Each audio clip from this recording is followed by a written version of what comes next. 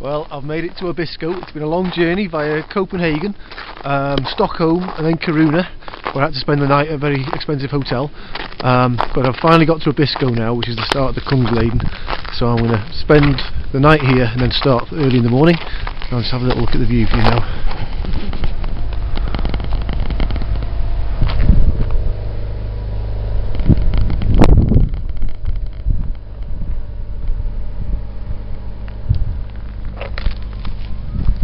-2.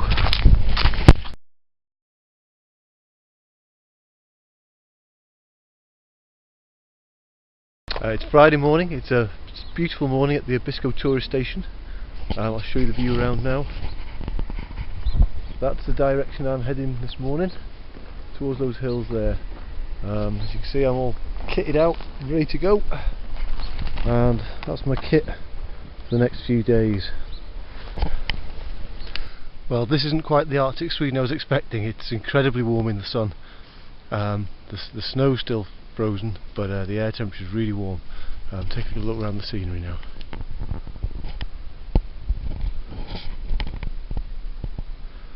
I'm heading towards a valley up in those mountains there that I'll go through.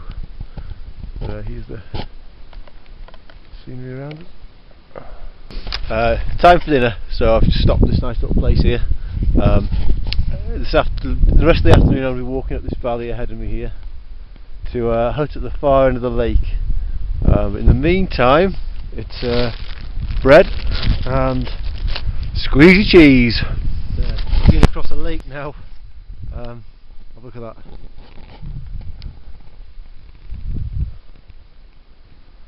So it's a giant frozen lake. There's a skier coming towards me in the distance there. And the hut I'm going to stay at tonight is at the far end of this lake, so I should be there soon. This is Abisko Jari, and this is where I'm staying tonight. It's a little camping hut run by a guardian who I just skied across the frozen lake to get here.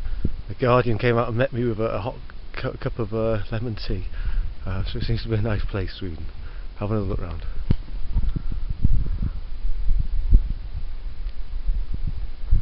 Tomorrow I head into the distance up there.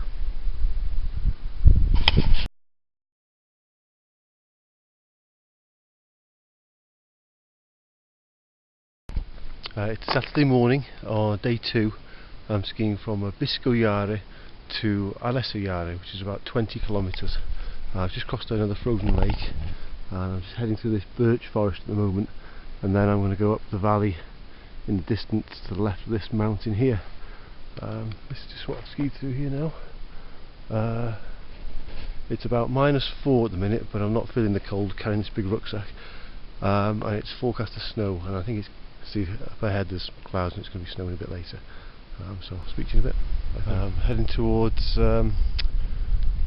Alessa Jari. We've just done the long climb now and heading up towards these mountains and go to the right of those, crossing the frozen lake and then down to the hut.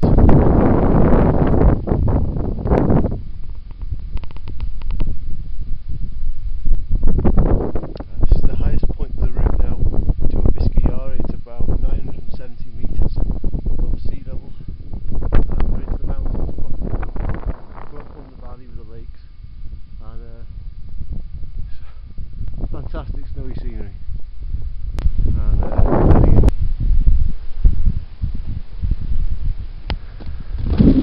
This is the last part of the trail to Alessa Jari. Alessa Jari is just over there at the end of this flat lake in front of us. I'm just following the trail here. Let's go look around the mountains.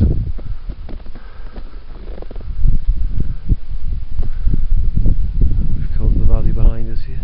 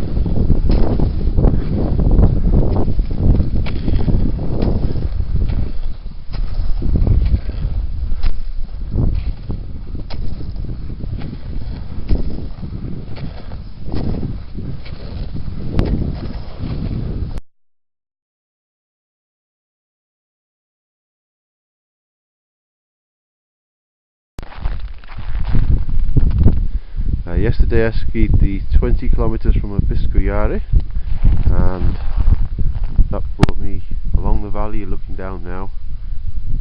It took me about 5 hours, and it's day 3 in the morning now.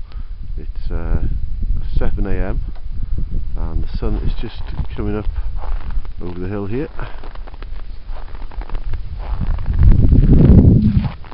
And today I'm skiing further south in that direction along that valley there, and that's the little hut that I've just spent the night sleeping in. It's really cosy and warm, it's great. A little look around here.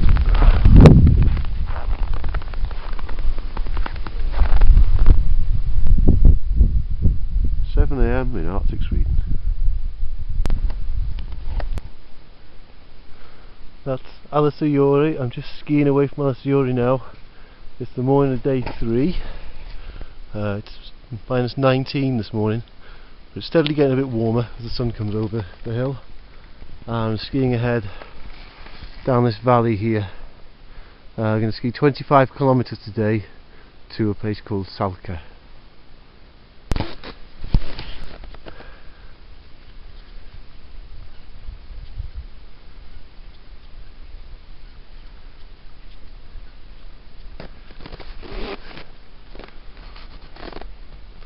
That's Alasajori in the distance there. I was just skiing up the valley away from there now, and skiing along behind this French couple who were staying at the hut, who were spending a month ski touring around all the different valleys in Norway and northern Norway and northern Sweden.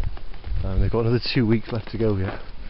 And we're heading at the top of this valley into the next valley, and that'll lead us on to Tjatka and then on to Salka, and it's about 25 kilometers.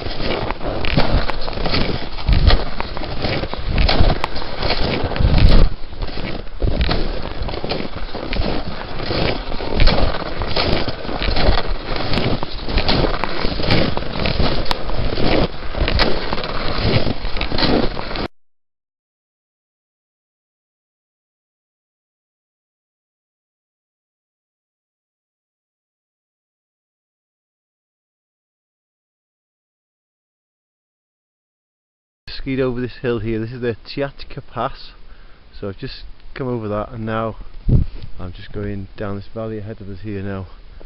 Just stopped for a bit of a break. Skiing down this valley to Salka, and I've got about another 8 kilometers to go down this valley. Look around.